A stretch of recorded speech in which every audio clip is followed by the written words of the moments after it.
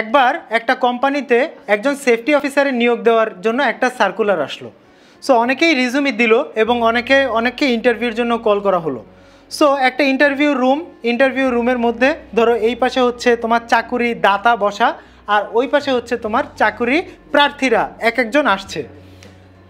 চাকরিদাতার ঠিক ওই পাশে একটা দরজা ছিল। সো দরজা খুলে প্রত্যেকে ঘরের মধ্যে আসবে। তো যখনই পোস্টটা ছিল হচ্ছে সেফটি অফিসারের, খেয়াল করো। সো যখনই একজন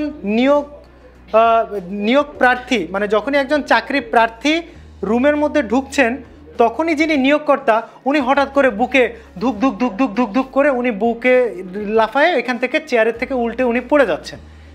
এবং যখনই ওনাকে পড়ে যেতে দেখতেছে তখনই যত ক্যান্ডিডেটরা আসছে সবাই দৌড় দিয়ে আবার দরজা দিয়ে বেরোয় যাচ্ছে। পরবর্তীতে আবার আরেকজন ক্যান্ডিডেট আসলো। ওই ক্যান্ডিডেট যখন রুম দিয়ে ভিতরে ঢুকলো, আবার ওই কোম্পানির মালিক বুকে ব্যথা এই করে করে সে চেয়ারের থেকে উল্টে পড়ে গেল।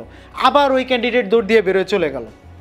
এরপর আরেকজন ক্যান্ডিডেট আসলো। সে যখন এসে দেখলো যে কোম্পানির মালিকের বুকে প্রচণ্ড ব্যথা হচ্ছে এবং সে চেয়ারের থেকে উল্টে নিচে পড়ে গেছে, তখন ওই লোকটা এসে কোম্পানির মালিককে সোজা করে শুয়ে দিল।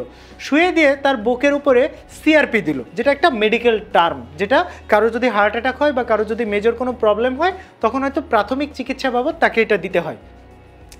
যখন ওই নিয়োগ প্রার্থী চাকরিদাতার বুকের উপরে হাত দিয়ে সিআরপি দিচ্ছিল, তখন চাকরিদাতা তার হাত ধরে বলল, তুমি কয় টাকা বেতন চাও?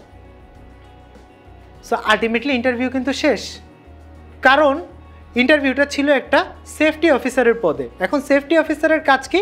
যখনই কোনো জায়গায় কোনো একটা সমস্যা দেখা দিবে, যখনই কোনো জায়গায় একটা দুর্যোগ দেখা দিবে, যখনই কোনো একটা জায়গায় প্রবলেম দেখা দিবে, সেফটি অফিসার সেটা সমাধান করবে, প্রোঅ্যাক্টিভলি সমাধান করবে।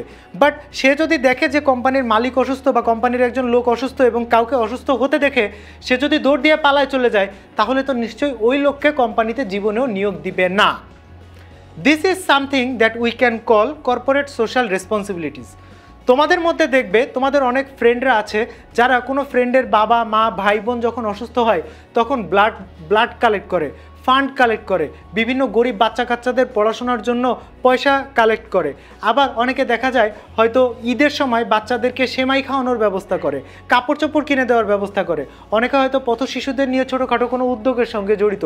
এই যে কাজগুলোই কিন্তু আসলে তোমার কর্পোরেট সোশ্যাল রেসপন্সিবিলিটিস। সো তোমার যদি এই ধরনের কোনো কাজ থেকে থাকে, এই কাজগুলোকে তুমি উল্লেখ করবা কর্পোরেট সোশ্যাল রেসপন্সিবিলিটিসের মধ্যে। এরপর সেটা হচ্ছে তোমাদের মেম্বারশিপ। বিভিন্ন জায়গায় তোমরা বিভিন্ন ক্লাবের মেম্বার হতে পারো, বিভিন্ন সংগঠনের মেম্বার হতে পারো। এই যে মেম্বারগুলো হওয়ার মাধ্যমে কিন্তু বিভিন্ন ধরনের ফ্যাসিলিটি পাওয়া যায়। তোমাদের ইউনিভার্সিটিতে হয়তো বিভিন্ন ক্লাব আছে। তুমি যদি ক্লাবগুলোর মেম্বার হও তাহলে কিন্তু তোমার অনেক ধরনের কাজের সঙ্গে সম্পৃক্ত হওয়ার একটা অপরচুনিটি ক্রিয়েট হবে এবং এই মেম্বারশিপগুলো আবার তুমি তোমার রিজুমিতেও দিতে পারবা। That will add your value. So বন্ধুরা, আমরা এখন শিখে গেলাম যে কিভাবে কর্পোরেট সোশ্যাল রেসপন্সিবিলিটি এবং মেম্বারশিপ আমার রিজুমিতে ভ্যালু অ্যাড করে। ধন্যবাদ।